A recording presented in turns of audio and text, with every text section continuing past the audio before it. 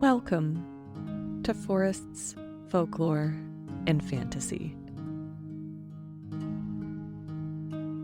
My name is Kelly, but I write and publish under my initials as K.M. Rice.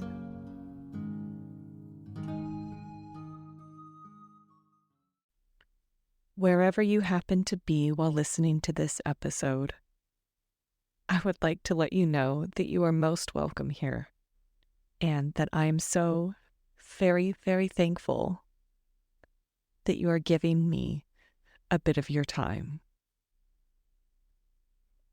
In this episode, we're going to have an examination, for lack of a better word, of a concept so big that I don't feel we truly have a proper name for it, but we use the word nature to describe what we are about to delve into. To begin, I would like to read to you a definition of the word nature from the Cambridge Dictionary. All the animals, plants, rocks, etc. in the world, and all the features, forces, and processes that happen or exist independently of people, such as the weather, the sea, the mountains, the production of young animals or plants, and growth. They have an alternate definition as the force that is responsible for physical life and is sometimes spoken of as a person. One more definition comes from Merriam-Webster, and it is short and sweet: the external world in its entirety. These are fairly modern interpretations of, I'm struggling to find alternate words other than nature, but fairly modern interpretations of the experiential world. Our ancestors, and indeed many extant cultures today, and particularly indigenous cultures, wouldn't describe the natural world in such a way. They wouldn't describe nature necessarily as something external. Now, there's a discussion to be had in English about how we also use the word nature to indicate someone's patterns or their more simplified state of being, such as, well, it's in their nature to do this or to do that. But that's why I wanted to open with those definitions to make it clear what I'm talking about. And it's a word that I know I have used many times on this podcast, and I will continue to use it many times on this podcast. But the point of this episode is to really deconstruct it a bit, because what an incredibly broad and yet narrow definition. And what was missing? What was missing from those definitions? Humanity. This is a construct of our society that I really struggle with. This idea that human beings are separate from nature. And there are various reasons as to how we've gotten to this place where it's common to think of us as something completely, I don't know, like an appendage to nature or removed from nature, where I really don't think that's the case. I'm of the opinion that human beings are animals the same as every other animal. Are we different and unique? Very much so. We modify our environments in ways that, as far as we can tell, no other species has ever done. I don't necessarily think that that makes us morally superior or better. I'm sure many of you would agree that in a lot of ways we've trapped ourselves by inventing agriculture. I mean, it's fantastic to be able to have quasi-reliable food sources. But the moment we started farming, we became tied to that little patch of land. And now we are so many layers removed from living in a sustainably agricultural world that we can't function without various tools that we use every single day. Technology is one of those tools. Technology is another very broad term. So I understand that we have taken many steps through modifying our environments and modifying our lifestyles to get to a place where we don't feel as if we were part of the rhythms of nature. I understand that feeling, and I understand tracing human history and seeing how the disconnect has grown more and more and more over the centuries. But a beaver is still a part of nature even though it makes a dam and creates a pond where once was a river. An elephant is still a part of nature even though it destroys forests and creates open grasslands. Fungi or fungi are still a part of nature even though they completely transform other organisms as they decompose them. And while the changes that humans make may be more impactful to the surrounding environment than the changes a beaver makes, for example, it doesn't necessarily mean that we are removed from nature. In fact, I find that a dangerous way of thinking.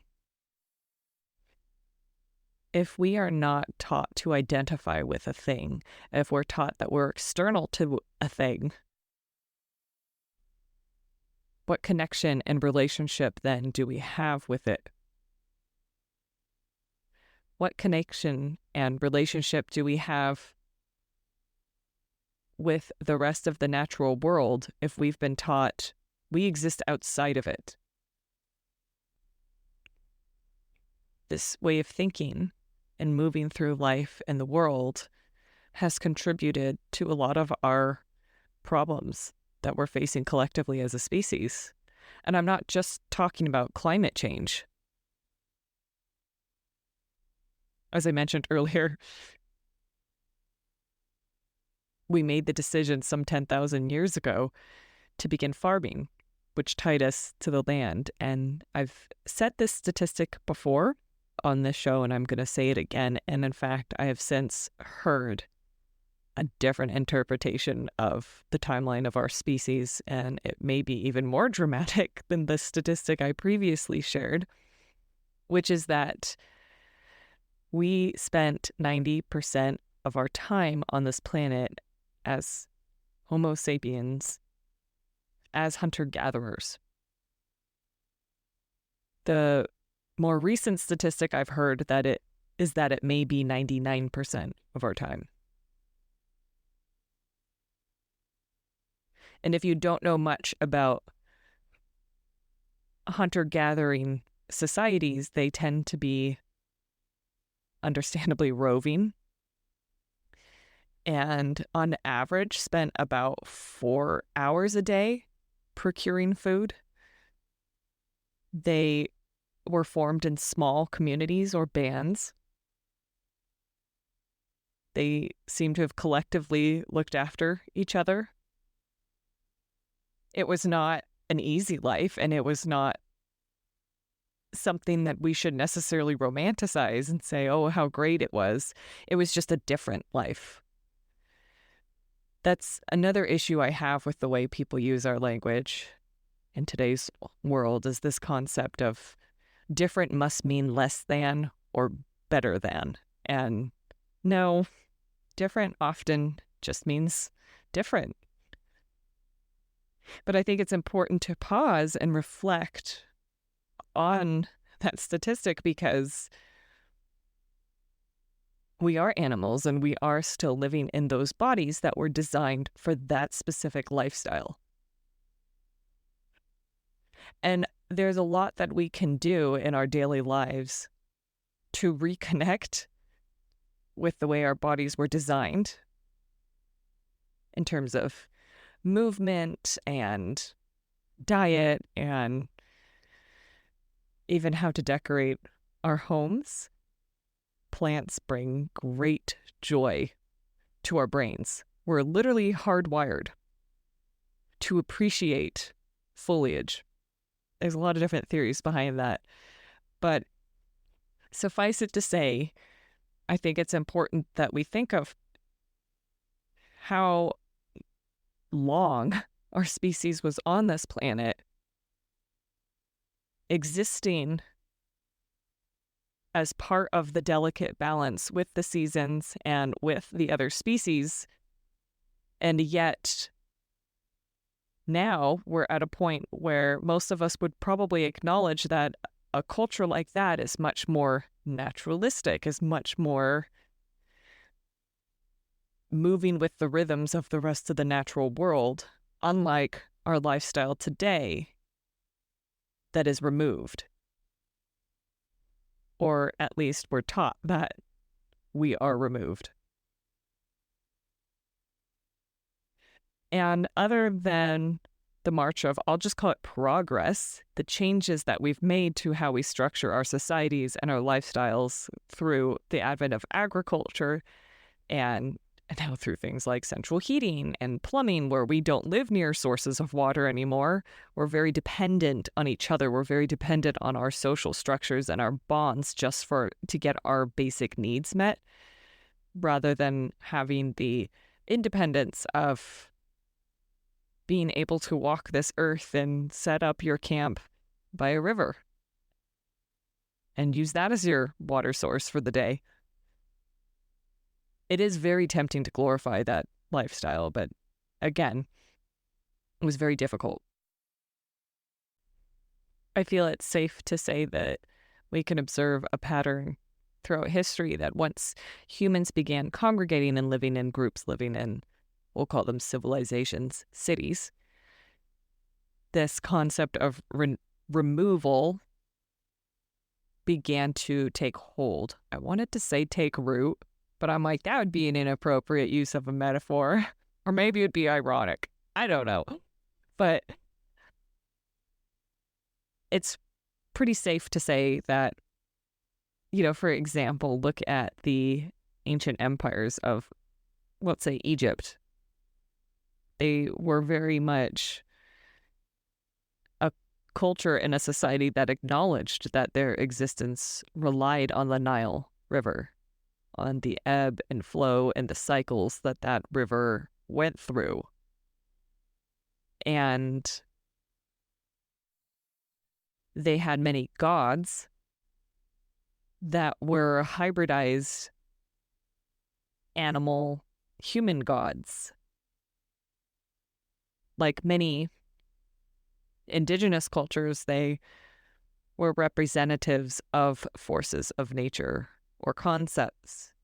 And we see that in most non-monotheistic societies. Many are animistic and polytheistic, and their spirituality is a bridge between the natural world. See, even as I'm speaking about it right now, I can't talk about it without talking about the natural world as something separate. Just bear with me.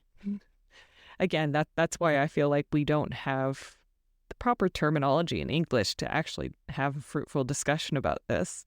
But many of these gods were a bridge characters, bridge symbols between the natural world and the challenges that it represented and human society.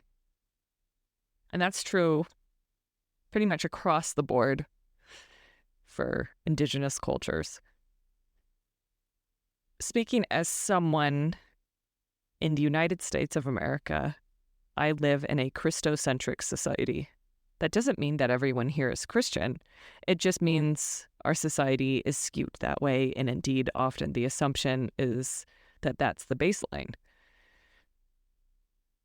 There's some irony to that now because, okay, this is a play on words, the religious nuns, but it's N-O-N-E-S, not N-U-N-S, are apparently for the first time in U.S. history the largest group. So non-denominational people are more common than people who ascribe to a specific religion.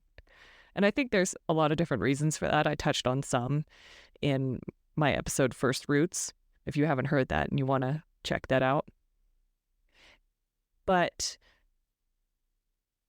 I think that Christianity definitely has a role to play in this story of how we began to look at ourselves as completely separate from nature.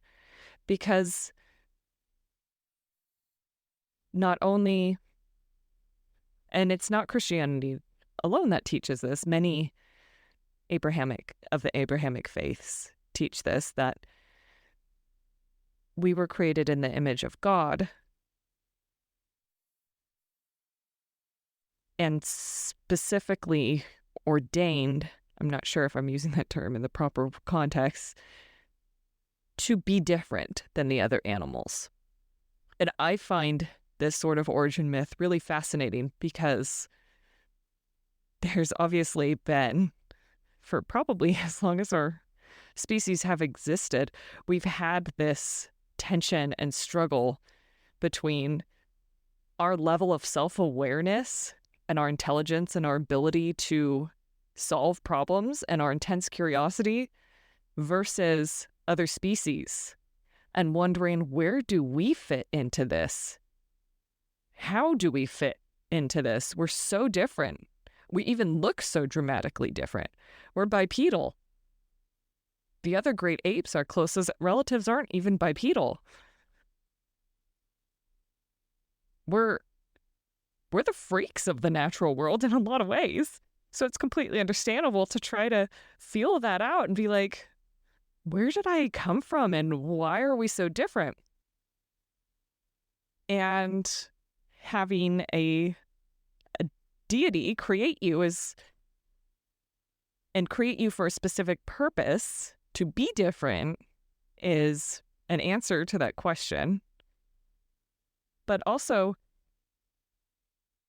Judaism introduced the idea that divinity is a part of the natural world, but also removed, because when the various gods of the Israelites were morphed into one God that we'll call the Lord or Yahweh,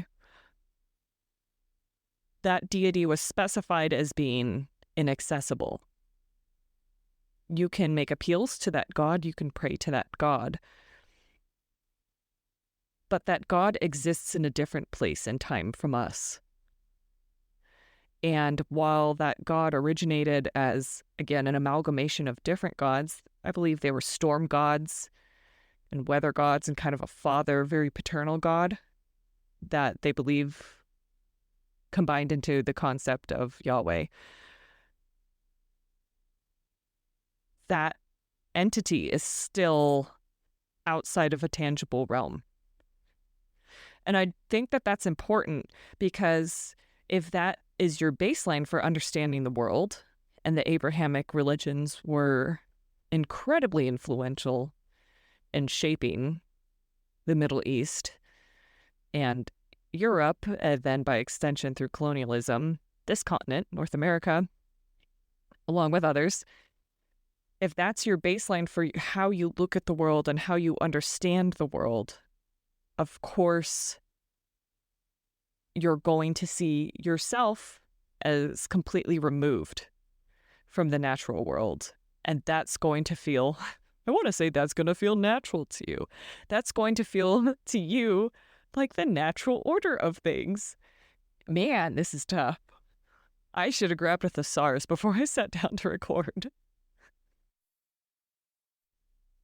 But coming from a point of view of feeling as if nature is something completely externalized, that we are completely removed from, has set us up for conflict, both amongst ourselves, with the rest of the natural world, and also internally in a lot of ways. And we're going to take a look at that next.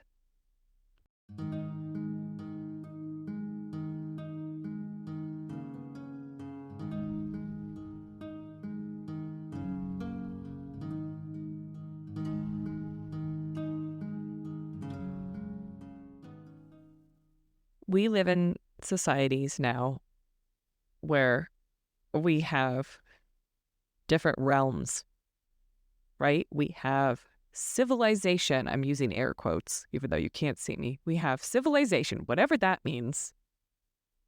And then we have the natural world. And most people would define the natural world as spaces where humans are not. Forests, national parks, mountains. And the problem when we put things into categories like this is we start to lose the respect that our ancestors, again, for over 99% of our time as a species, because even our more recent ancestors had much more respect for the natural world than we do now. I'm looking out my window right now, and it's a beautifully rainy day. We're expected to get a lot of water and some high winds. So it's a storm. It's a proper storm for us. And I love it. I love it for a lot of reasons that I'll get into in a moment. But one of the issues with us externalizing our nature from our identities, excluding it from our identities, is we've gotten to the point where we try to have conversations about things like climate change and environmentalism and ecology. And we get into a binary way of thinking, which again seems to be quite common in this society. So we look at it as humans are bad, nature is good. Humans are destroying nature. And whenever nature destroys humans, it's some kind of unforeseen tragedy. But even though it usually is never unforeseen. But assigning some form of morality to humans and our interactions with the natural world, I think is more or less as toxic as deciding that we're not a part of the natural world. The more a person understands that we are nature and nature is us, the easier it is to connect with every other living thing. And indeed, every aspect of the natural world that isn't living. If we continue to think along the lines of nature being a place, a physical place that we go into and visit and come away from,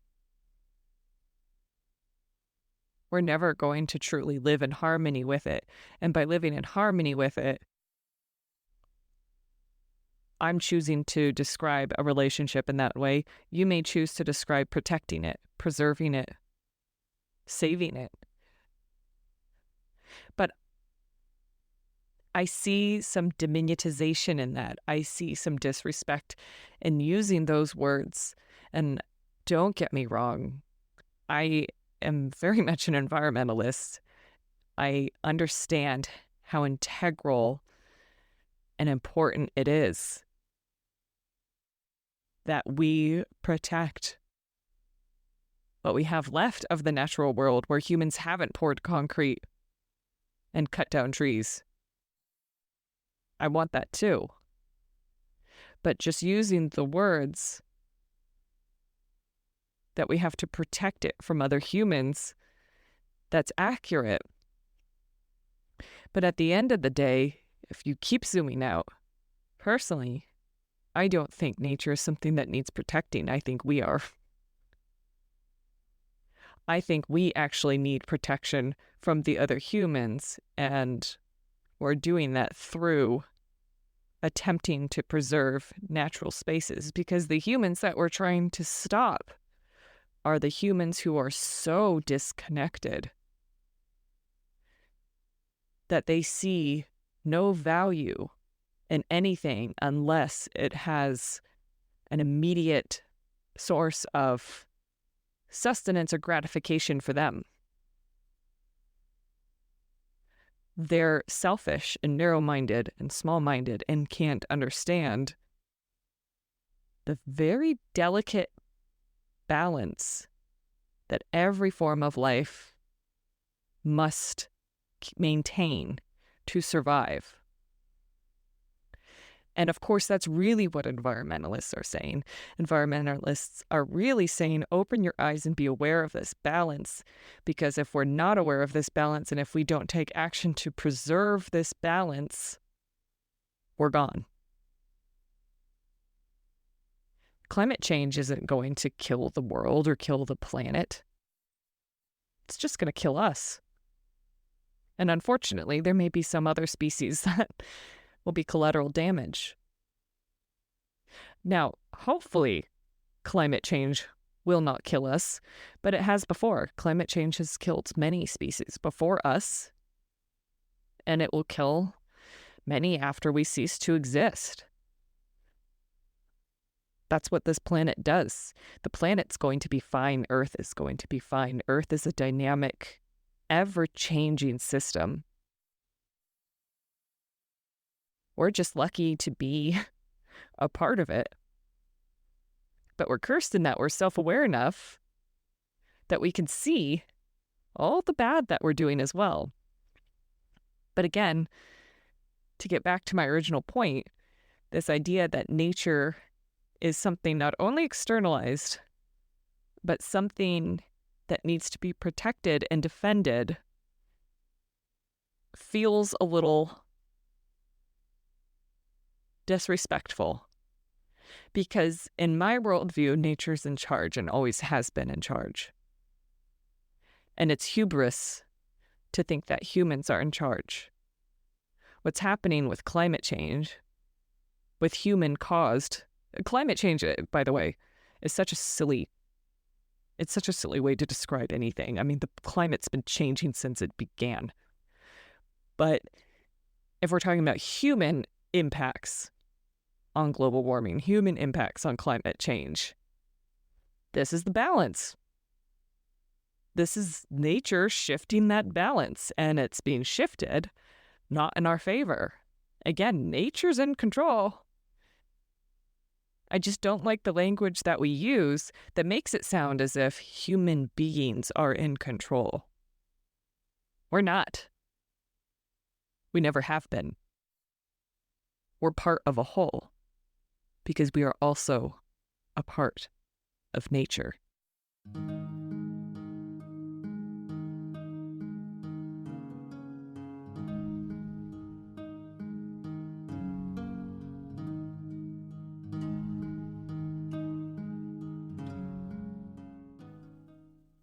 it's very difficult to look at the state of the world and the state of conservation and not feel depressed.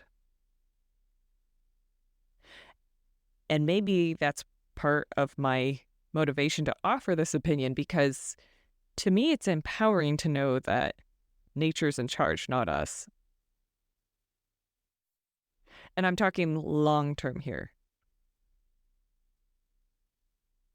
because there's something incredibly terrifying and heartbreaking to think of nature as this fragile thing, this delicate, fragile thing that's just hanging by a thread. And if you don't donate to the Sierra Club or participate in Arbor Day or call your representative, might be gone. Those are the types of messages that, while I do understand where they're coming from, and I do agree that we need to preserve as much as we can in this world, those are the types of messages, however, that continue this, to me, toxic messaging that nature's just this little waif and she needs our protection. We gotta come save her. Nature is a raging grandmother. Nature is the Kailiach who built the highlands by dropping stones from her basket and is the storms of winter. In my worldview, if there is any form of deity, it is that. It is the forces that shape and govern us. And then we have an earthquake, and it's a tragedy. We have a fire, and it's a tragedy. We have a flood, and it's a tragedy. We have a hurricane, and it's a tragedy. These things are getting more frequent and more intense right now. And please don't misunderstand me. I'm not a proponent of anything that ends human lives.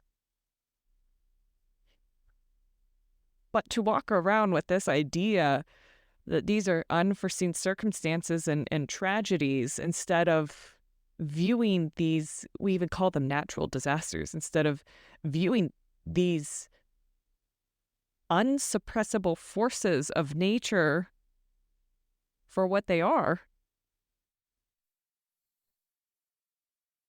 is almost more scary to me than the damage that they bring, because it exemplifies such a lack of perspective. This is just the planet being the planet. We build on floodplains, and we know that they're floodplains, and we do it anyway. I'm in California. I've been through a 7.0 earthquake. It gave me PTSD as a child. We live near fault lines. I'm also a wildfire survivor. In fact, perhaps I should record an episode about what that was like. It's not fun. None of these are experiences I wish to repeat. I don't want to have to run for my life from flames. I don't want to lose my house to an earthquake or to a storm or to a flood, nor do I want anyone else to. I'm merely pointing out that philosophically it is hubris to go through something like that and feel like it was something that you should have been protected from. And of course, there's a whole discussion to be had about who lives in these communities. Are they being provided for? Is the local government actually looking after them? Are people getting equitable aid? That's separate from the philosophical conversations I'm attempting to have at the moment, which is that I feel like we need to shift our thinking away from being so human-centric which again, we are humans, so of course that's going to be our baseline, but shift it to be more ecocentric. That yes, I'm a human and I want to survive, and I want my family to survive, and I want my friends to survive, and I want my community to survive, on and on and on. But also, I am a part of this big, beautiful, interconnected life force. And what I do to it comes back to me. If we look at the natural world as an extension of ourself, which we are not encouraged to do in this society, but if we look at the natural world as an extension of ourself, we understand that what we do that harms the natural world harms us as well. If we just implement some of these subtle shifts in our word choice and our perspective and our point of view, I think it will ease some anxiety that people feel, but also help us finally begin to have a proper conversation about what our role is in the ecosystem and if we're okay with the changes that we're causing to happen around us by changing our environments and behaving as if this land, this world, was created just for us. And that's the other somewhat toxic message a lot of religions perpetuate. If you were created by a deity and you were special, you're the special one. All the chickens were just created for you to eat. The dog is there to work for you and for you to beat, and that's okay because it's just a dog. That tree is only there for you to cut down and make your house. For hundreds of years, people who were influenced by colonialism thought this way, and a large majority of people still think that way. Maybe, hopefully not in terms of the animal abuse, that's disgusting, but in terms of this is here for me.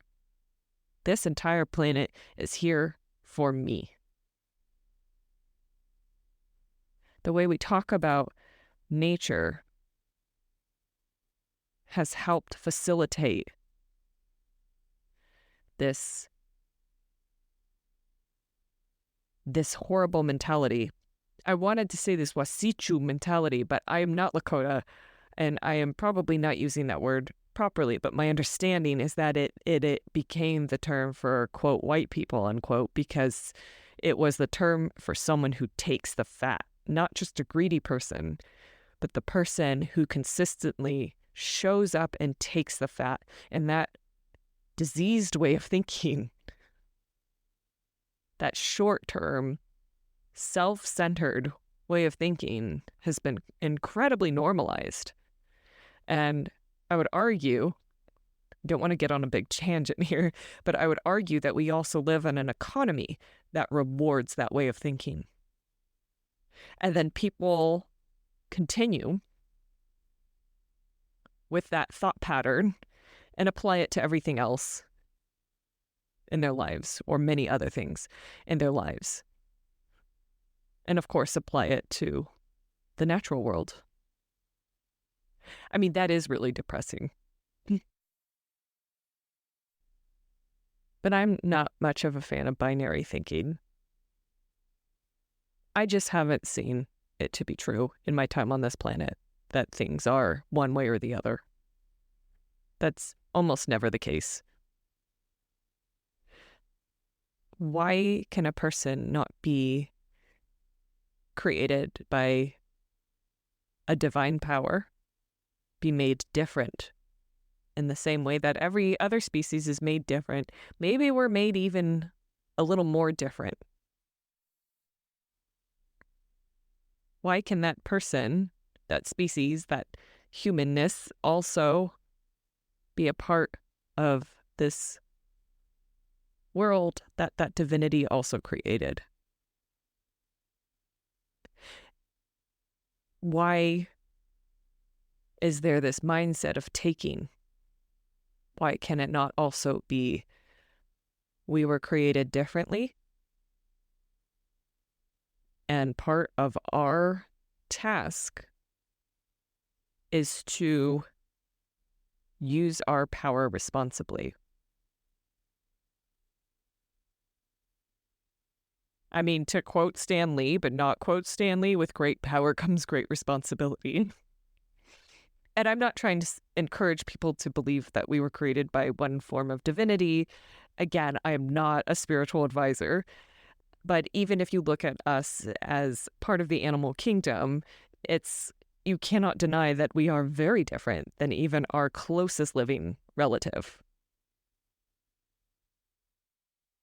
Sadly living, because I think we were really similar to other hominids like Neanderthal and Denisovians. That's a whole other discussion to be had. I pride myself in having more Neanderthal DNA than something like 80% of the other people in 23andMe who were tested. Most European people have, I think it's like between 2 and 4% of their DNA from Neanderthals. And oh gosh, I can feel that I'm about to go down a rabbit hole, but it's so interesting to me that like the DNA that got passed on from Neanderthals is largely to do with our immune systems, which when you think about it, makes sense. When Homo sapiens left Africa, Neanderthals had already established populations in Europe and were used to the viruses and things of that nature there. So then when we met and started doing a little tango dance and mingling, those were the genes that were most beneficial and were passed on. Anyway, just another example of how, in my opinion, humans are just as much a part of evolution and the natural world as every other animal. In fact, when I am self-aware enough, I try to refer to other animals, at least on occasion, as non-human animals. Because again, I just don't really see the benefit of ego stroking ourselves. Like, I don't see the benefit saying, but we're so much better. Again, different doesn't mean better, doesn't mean worse either. We human beings are not this planet's story, but we are a part of this planet's story. And it's high time we started acknowledging that.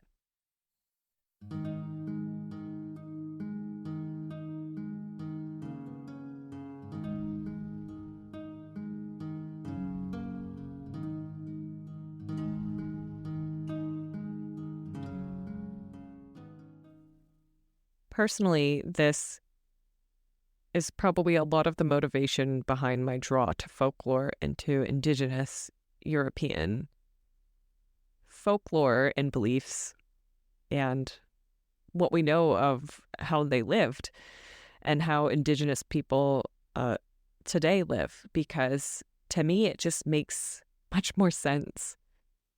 I believe I mentioned this in my inaugural About Me episode, but the first true word I ever said as a baby, other than like mama and dada, was asai, which meant outside. And again, I'm very blessed to have grown up in a space where I do have access to the natural world right outside my front door. I have space. A lot of people don't even have space. And I find that heartbreaking. But I've never understood a lot of the things that we take for granted, or rather, I can understand these concepts in our modern world. I just can also see the other side. For example, inside and outside. What does that mean? Do you know what a house is? It's a box that you just stuck on the ground. And sometimes you're inside of that box and sometimes you're outside of that box. But we walk around saying, oh, I'm inside. No, I'm outside. Outside's so different. Is it really that different? The box is just your attempt to control your environment and your climate. It's a false construct.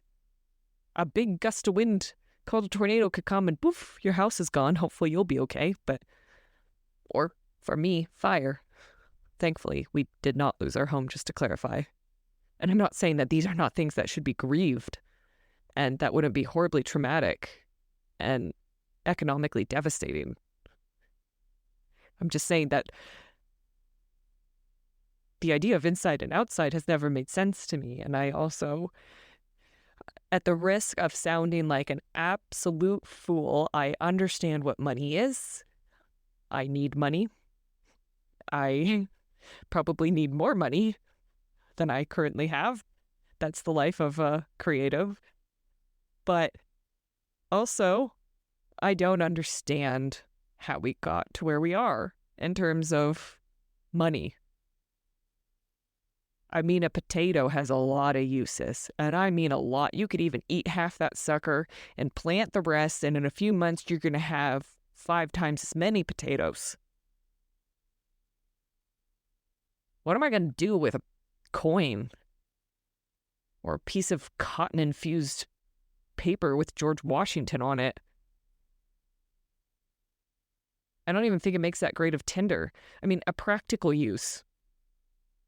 I understand the social use and obviously the economic use. But I've just often had this ability to look at things from a completely different angle and question and wonder. And trust me, there have been many times that it's made me feel very alone and strange and behind by not agreeing necessarily with the values that I was being taught by our society, not necessarily my family, that I should value. So even as I'm sitting here recording this, it makes sense to me that I would be drawn to the old ways of doing things, to living what I'll call a quieter life, more rooted in a connection with the landscape and the seasons, the hours of daylight, the natural forces. And I did say earlier that it's stormy out right now and that I love it. And I will say again that I love these things because I find them reassuring. When we have a big storm and we lose power, I want everyone to be safe. We have generators. Thankfully, we're pretty used to this. We're able to run the medical equipment that needs to be run to keep everyone healthy and safe. It's not a long-term solution, generators. So it's wonderful when the electricity does come back. So there's a part of it that's a hardship and a struggle. But then the other side of that is not only an appreciation for what you have, but in my worldview, an appreciation for what I don't have, which is power over these forces of nature. To me, it's a comforting reminder that she is in charge, not me, nor any man with a tie sitting behind a desk, taking phone calls and clicking buttons and signing papers. I think it's safe to say at this point, like, we don't trust those people a whole lot. And the decisions that have been made up to this point by humanity are often questionable. So to me, it's more comforting to be like, dang, that was a huge storm. Wow, there was a landslide. We can't leave the house for a week. Make sure everyone's okay. But also, I don't know, I'm trying to describe how we can have not even opposing, but such complicated feelings and thoughts around things. That again, I'm not trying to be like a proponent of natural disasters or say that they're a wonderful thing to have. The loss of human life is terrible. And I always want my family and my loved ones to be safe. But that doesn't exclude a sense of awe and respect that's unavoidable when nature disrupts the natural flow of things and reminds us who's in charge of this planet and that we're just a piece of it. That's what gives me comfort. I am of the opinion that conflicting emotions and thoughts are okay. And that's another aspect of our society that I struggle with. Again, this kind of binary thinking. You can have even opposing emotions, and that's normal. You can be about to get married to the love of your life and be really sad and crying over the fact that for the foreseeable future, you're not going to sleep alone and be able to take over the whole bed, that you could be mourning the loss of your single life while being excited to spend the rest of your life ostensibly with this other person. There's just a lot of nuance to being alive that often seems to get swept under the rug or pushed aside in terms of the larger beats. But those smaller beats are just as valid. So, in my little pea brain, it is just as okay to be upset over a landslide causing some destruction on a road, and now there's going to be more taxpayer dollars having to go into repairing the infrastructure, and we can't use that part of the road for a month, and all of the ramifications that has, and having empathy for everyone affected by that, and also feeling respect and awe for the forces that caused that. And a third character just entered the conversation, and also observing that that likely wouldn't have happened had we not built the road there in the first place. Like, all of these things can be true and meaningful at the same time. They don't cancel each other out. And that's what I fear we're losing in our conversations on the whole, much less in our conversation about nature.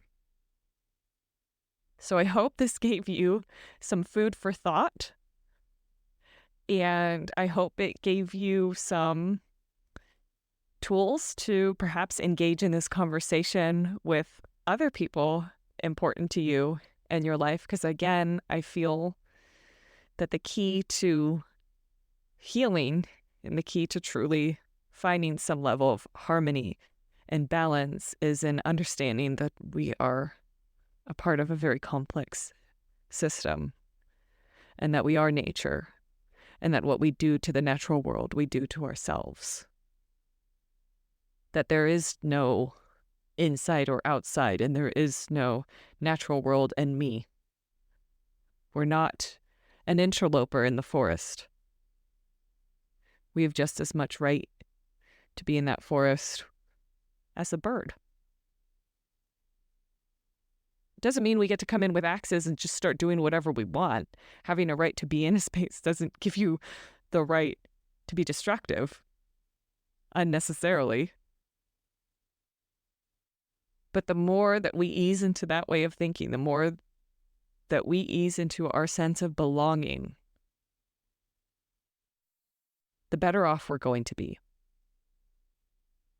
I hope that is as encouraging of a thought for you as it is for me. Thank you so much for listening. Again, I really appreciate you giving me some of your time. If you have a little bit more to give, I would so appreciate if you shared this episode or this podcast with someone who you feel like is a kindred spirit who would also like to join our conversation and our slowly growing community. And of course, reviews and ratings on your favorite platform are so appreciated.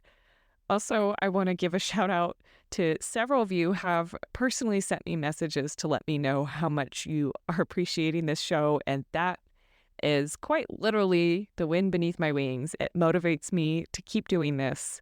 And I'm just so appreciative of your support and of the effort you've taken to write those little notes and send them to me. And of course, to everyone who has taken the time to share this podcast with a friend, to recommend it, and to follow it and leave a review. I'm also so thankful to my supporters on Patreon. Please, I say this at the end of every episode, or I try to, please know that you are more than welcome to pop over to my Patreon. The link is in the show notes, and become a free member. I post all of the episodes there so that we can attempt to have some sort of a conversation and a discussion in the comments section. And of course, you can upgrade at any time if one of the other tiers with benefits looks enticing to you, but it is also a free community with a shop, I should say. There's a little shop there, a little shop where you can sell digital items. I only have one thing up there, which is just kind of a fun little short that I did. But yes, thank you so much for your time and for all of your support. It is very much appreciated. As ever, the beautiful music in this episode was performed and composed by the talented Blaine Thomas from his fantasy-themed album, The Lands Beyond. Until next time, may your hearth be warm and your heart be full.